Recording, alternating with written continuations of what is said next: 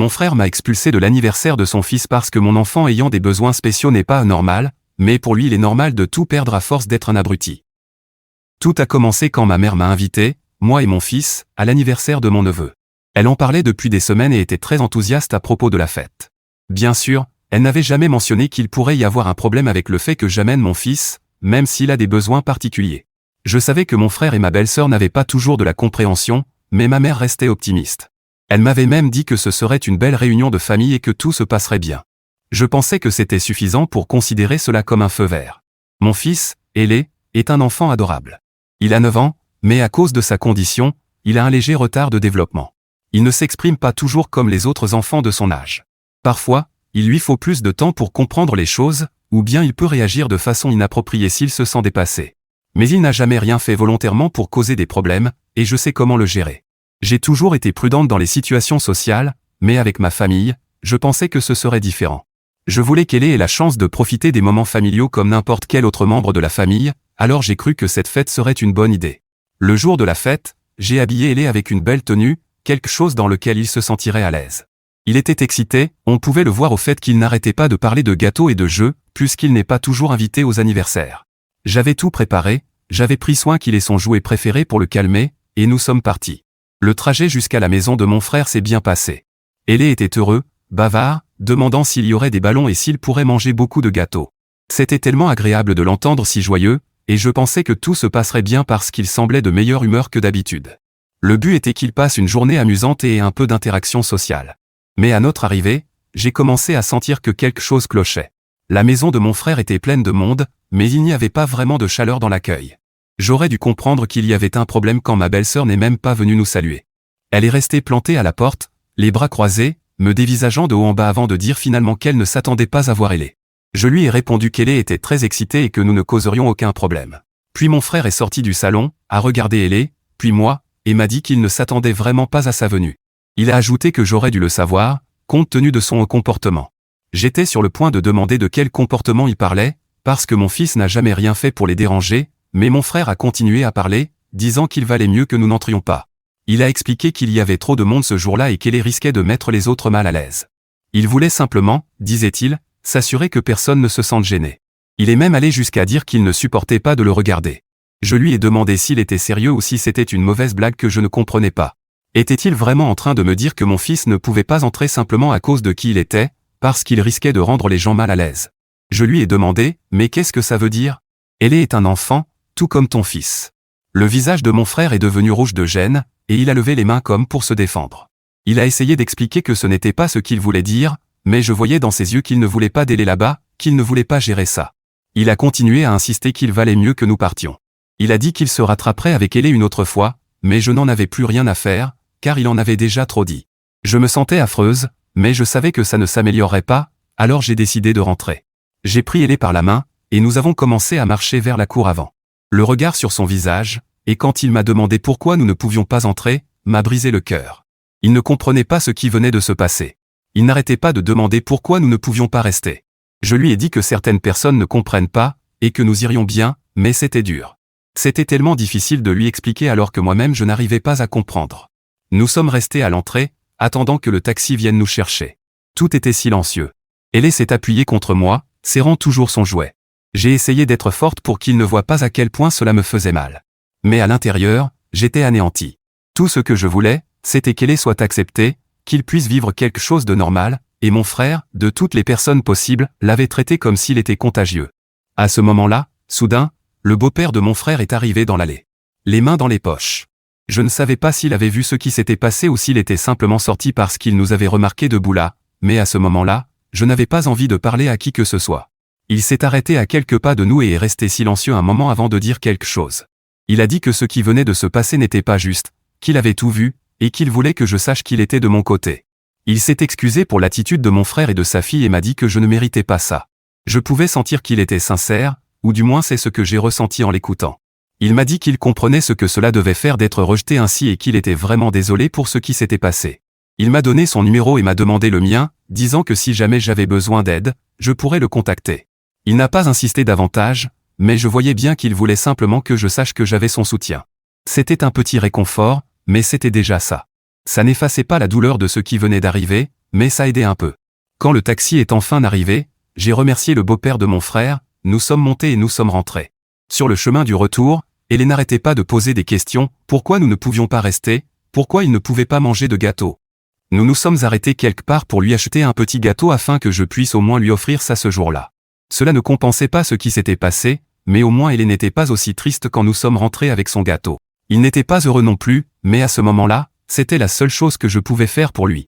Je ne sais pas quelle sera ma relation avec mon frère après ça, car je ne pense pas qu'il puisse faire quoi que ce soit désormais pour que je lui pardonne. Il ne peut pas avoir une relation avec moi mais pas avec mon fils, ça ne marche pas comme ça. S'il ne peut pas l'accepter, s'il le voit comme quelqu'un à éviter, alors je devrais l'éviter lui aussi. Mise à jour 1. Le matin après l'anniversaire, mon téléphone a sonné. C'était mon frère, et j'ai failli ne pas répondre. La dernière chose que je voulais, c'était lui parler, mais peut-être valait-il mieux en finir. Alors j'ai décroché, en essayant de calmer ma respiration avant de parler. Si je m'attendais à quelque chose, c'était au moins à des excuses ou à une tentative de réparer les choses, même si je savais que ce serait difficile à accepter. Et oui, j'ai eu une sorte d'excuse, mais il était clair qu'il était aussi en colère ou frustré d'après sa façon de parler. Ça ne sonnait pas comme de vraies excuses. Il m'a dit que je devais comprendre que ce n'était rien de personnel, qu'il n'avait pas voulu blesser ni moi ni elle. Il a expliqué que c'était seulement la situation, qu'il ne voulait pas gâcher la fête de son fils. Il n'arrêtait pas de répéter que ce n'était pas à propos d'elle, mais du chaos qu'il aurait pu provoquer en étant là. Je lui ai dit d'arrêter tout de suite. Je ne croyais pas un mot de ce qu'il disait, et je lui ai dit qu'il ne pouvait pas simplement nous expulser comme ça et s'attendre à ce que j'accepte. Je lui ai dit que s'il se souciait vraiment, il n'aurait pas dit ce qu'il a dit. Il n'a même pas osé me regarder dans les yeux quand il m'a jeté dehors de la fête, alors pourquoi faisait-il semblant maintenant que tout allait bien? Il m'a répondu que j'étais dramatique, que j'exagérais tout juste parce qu'il ne voulait pas de mon fils chez lui. Ce n'était pas de vraies excuses, mais plutôt un flot d'excuses bidons, pour être honnête. Il a dit que les choses avaient un peu dégénéré, et que peut-être si je n'avais pas amené Elé à la fête, ça n'aurait pas été si gênant. Je ne comprends pas pourquoi il pense que ça aurait été gênant, puisque mon fils ne l'a jamais mis dans ce genre de situation. Il est peut-être un peu différent à cause de sa condition, mais tout le monde est différent à sa façon. Par exemple, le fils de mon frère adore les insectes, et à chaque réunion il en apporte un. On peut être en train de manger et il tient dans la main la bestiole la plus affreuse qu'on puisse imaginer pour la montrer à tout le monde. Et pourtant, je n'ai jamais dit qu'il ne pouvait pas la porter ou que ça mettait tout le monde mal à l'aise. Si notre propre famille n'est pas capable de nous accepter tels que nous sommes, quel espoir avons-nous avec le reste du monde? Il a essayé de me convaincre que tout irait bien, que nous pourrions réessayer une autre fois, mais je n'avais aucune envie de l'écouter. Je lui ai dit que je n'allais pas continuer à jouer à ces jeux. Je n'allais pas le laisser nous traiter de cette façon et ensuite faire semblant que tout allait bien. On ne peut pas mettre mon enfant à la porte d'un anniversaire et ensuite tout arranger avec un simple coup de fil. Je lui ai dit que son comportement n'était pas seulement un incident isolé, c'était un schéma récurrent chez lui. Au fil des années, j'avais vu comment il traitait les personnes qui n'entraient pas dans sa vision de ce qui est le normal. Pas seulement elle. Il avait toujours été méprisant envers ceux qui ne répondaient pas à ses attentes, et maintenant je le voyais de mes propres yeux. Ce qui m'a le plus blessé, c'est que j'avais espéré, même juste un instant, qu'il serait différent avec elle. Mais il ne l'était pas. Il m'avait montré exactement qui il était, et je n'allais pas laisser passer ça. Mon frère est resté silencieux un moment, puis a essayé de retourner la situation à son avantage. Il m'a dit que j'avais tout mal compris. Il a affirmé que rien de tout cela n'avait vraiment à voir avec elle, mais avec la façon dont j'avais géré la situation. Il m'a dit que si j'avais agi de façon plus normale et que je n'avais pas fait de scène, tout se serait bien passé. C'est à ce moment-là que j'ai complètement perdu mon calme. Le culot qu'il avait, d'essayer de faire croire que c'était ma faute, comme si c'était moi qui avais créé le problème.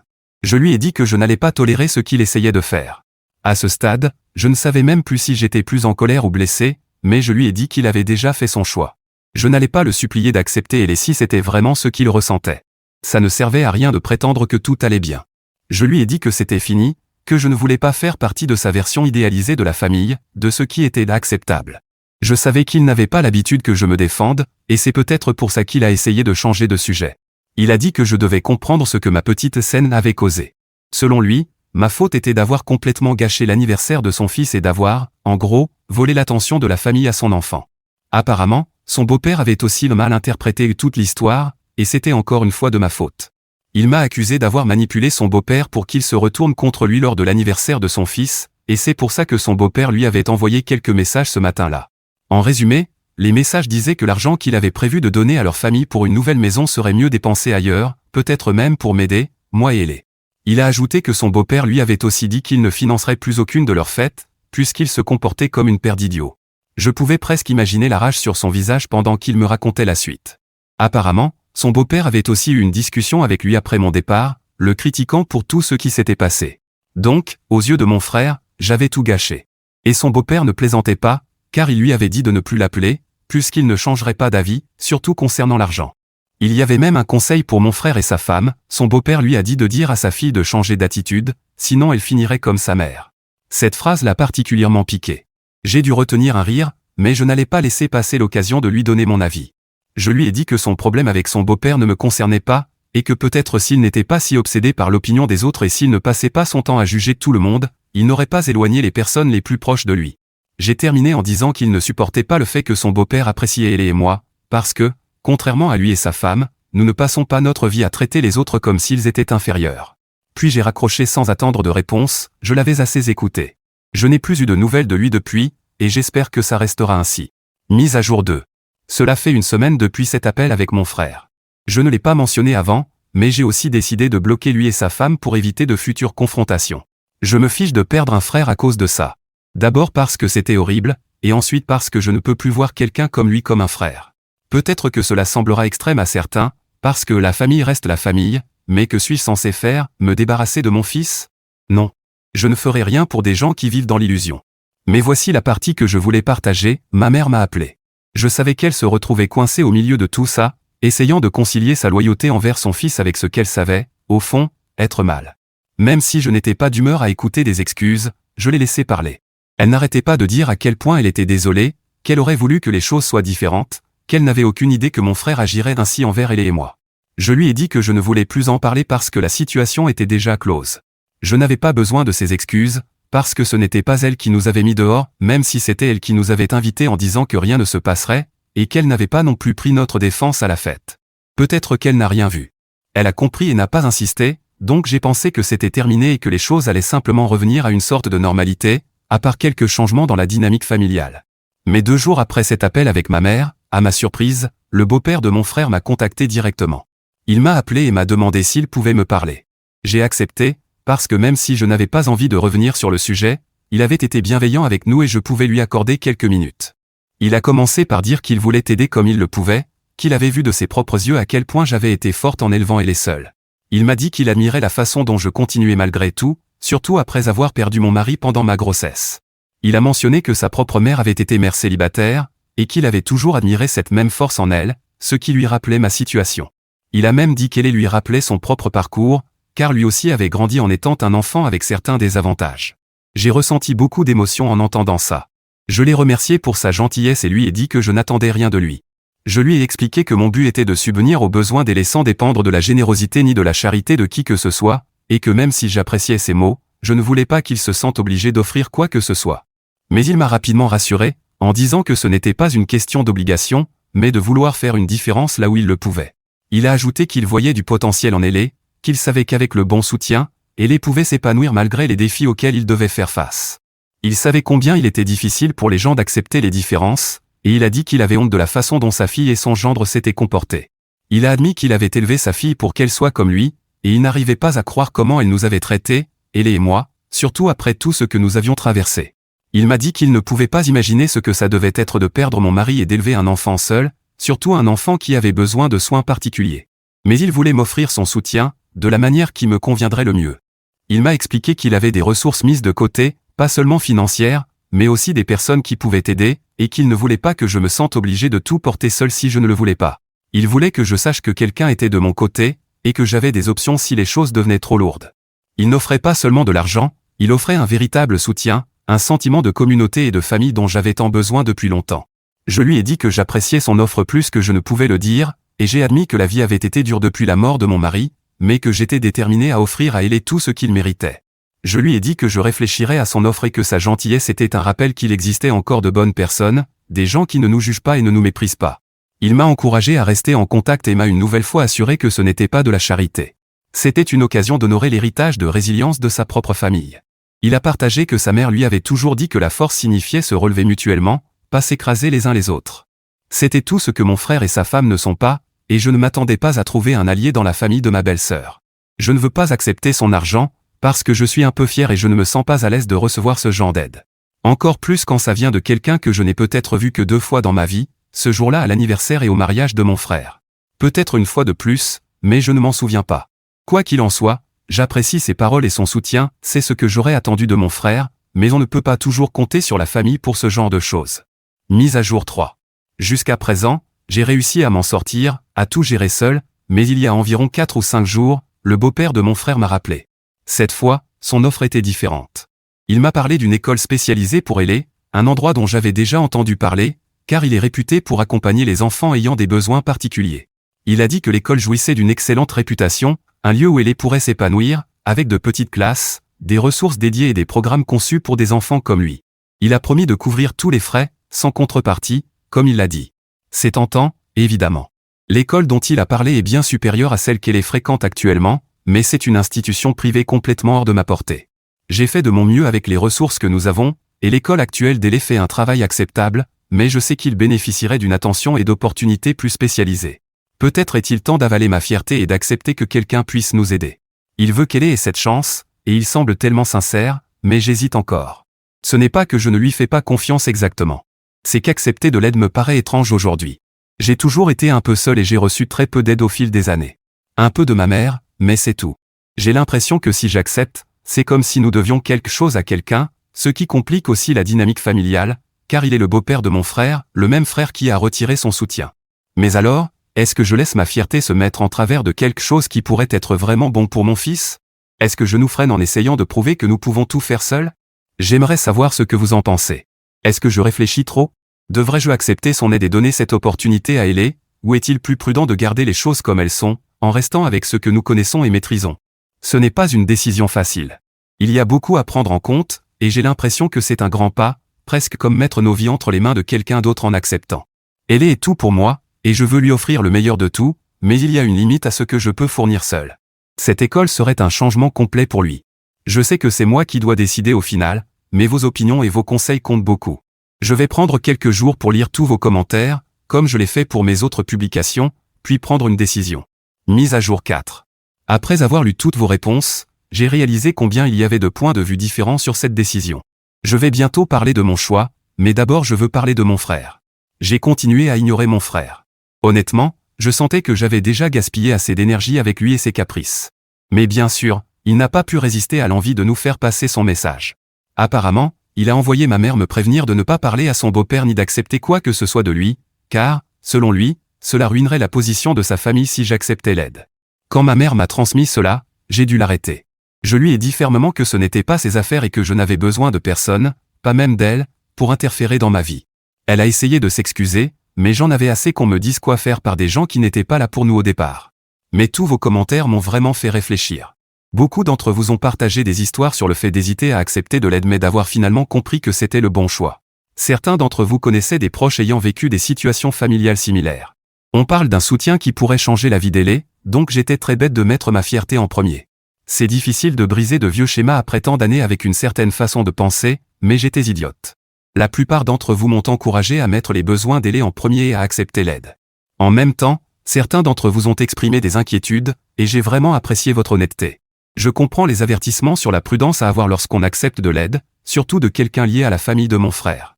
Certains ont même souligné que même si l'offre paraissait bonne, il fallait s'assurer que ce n'était pas une manière de prendre du pouvoir ou du contrôle sur nous. J'ai eu des avis venant de différents angles, ce qui m'a donné toutes les informations dont j'avais besoin pour prendre la décision la plus éclairée possible. Aucune décision n'est parfaite, mais parfois il faut juste la prendre et avancer dans la vie. Au final, il est apparu clairement que la plupart étaient d'accord, si l'offre venait d'un élan de bonté, et si je fixais des limites, cela pouvait être un changement positif pour Élé. J'ai vu combien de soutien il y avait pour lui, combien de gens voulaient le meilleur pour lui, et cela m'a donné l'élan final dont j'avais besoin pour décider. J'ai parlé avec le beau-père de mon frère des limites et je me suis assuré que c'était pour donner à Élé ce dont il avait besoin, pas pour nous mettre en dette envers qui que ce soit. Alors j'ai décidé d'accepter et de prendre son aide. Je veux donner à Élé toutes les chances de réussir, et maintenant je vois qu'accepter de l'aide ne me rend pas moins capable comme mère. Une partie de moi reste prudente, bien sûr. Je garderai un œil sur tout et je m'assurerai que ça reste sous notre contrôle. Mais savoir qu'Élé sera dans un environnement où il sera soutenu et pourra grandir, ça vaut la peine de mettre ma fierté de côté. Merci à vous tous de m'avoir aidé à voir les choses plus clairement. Le soutien et les conseils que j'ai reçus ici ont compté plus que vous ne pouvez l'imaginer, et cela m'a rappelé que parfois, laisser les gens entrer dans nos vies n'est pas un signe de faiblesse. C'est faire ce qu'il y a de mieux pour ceux que nous aimons. Mise à jour 5. Certaines personnes demandaient ce que voulait dire le beau-père de mon frère, je vais l'appeler Victor pour simplifier, quand il faisait référence à son ex-femme. Nous avons récemment eu une réunion concernant mon fils, et j'ai profité de ce moment pour lui poser la question. Je lui ai dit qu'il n'avait pas à me répondre, mais que c'était quelque chose que mon frère avait mentionné. Alors il m'a raconté l'histoire de sa femme, qui en gros l'a trompé et a abandonné à la fois lui et leur fille pour partir avec son amant. Il pense que sa fille partage certains traits avec sa mère, comme ce qu'elle a fait avec mon fils, donc il lui a dit qu'elle devait changer et faire un effort, sinon elle pourrait finir comme elle. Cela ne s'est pas bien terminé pour sa mère, car après avoir divorcé de Victor et être partie avec cet homme, l'homme l'a trompée et l'a laissée pratiquement ruinée. Avec Victor, elle avait une vie relativement confortable, mais elle a tout jeté pour ce qu'elle pensait être de l'amour. Ma question suivante a été de savoir s'il pensait que sa fille pouvait tromper mon frère maintenant ou dans le futur, et il a répondu qu'il ne pensait pas que ce soit possible. La raison, selon lui, c'est que bien qu'elle ait quelques traits similaires, elle n'était pas exactement comme sa mère sur d'autres aspects. Mon frère, cependant, a ses propres problèmes en ce moment, puisqu'il a été licencié. Victor, qui aime toujours aider les gens, l'avait aidé à obtenir ce travail en parlant à l'un de ses amis pour lui décrocher un poste dans l'entreprise où il travaillait. Mais il a aussi dit à son ami ce qui s'était passé avec mon fils, et que c'était à lui de voir comment utiliser cette information. On sait déjà ce qu'il a fait avec cette information, puisque mon frère a été licencié. Je mentirais si je disais que je me sentais mal pour lui, car à un moment donné il allait recevoir l'aide de Victor pour acheter une maison, et maintenant il est sans emploi. Mais je suppose qu'on récolte ce qu'on sème, et c'est exactement ce que mon frère a obtenu. Mise à jour 6. J'avais oublié ces publications, mais j'ai dû les ressortir pour vous parler de mon frère. Non, ce n'est pas une histoire d'infidélité. Mais avant que j'oublie, il fréquente sa nouvelle école et il reçoit beaucoup de soutien.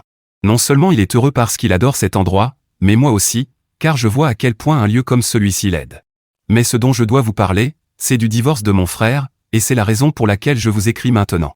Je ne connais pas tous les détails, car ma relation avec mon frère reste compliquée. Ma mère continue de jouer les intermédiaires, mais au moins elle a accepté qu'elle ne pouvait pas réparer notre lien et se contente de me raconter ce qui se passe dans sa vie, sans chercher à ce que les choses redeviennent comme avant. C'est déjà une bonne nouvelle que je peux partager. Le divorce est lié au fait que mon frère n'a pas réussi à retrouver du travail depuis la perte de son dernier emploi. Je ne sais pas si son domaine est difficile ou s'il n'a simplement pas eu de chance. Mais sa femme en a eu assez et a demandé le divorce. Victor n'est pas surpris, car il retrouve le même schéma dans la manière dont sa fille ressemble à son ex-femme.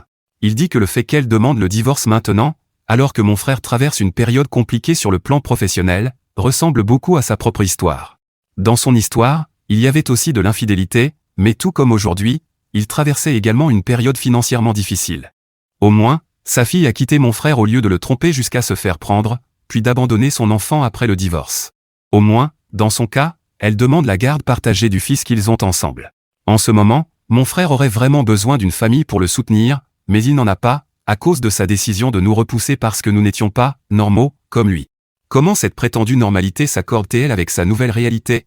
Être un père divorcé et au chômage, est-ce cela, être normal? Eh bien, pour lui, ça l'est désormais.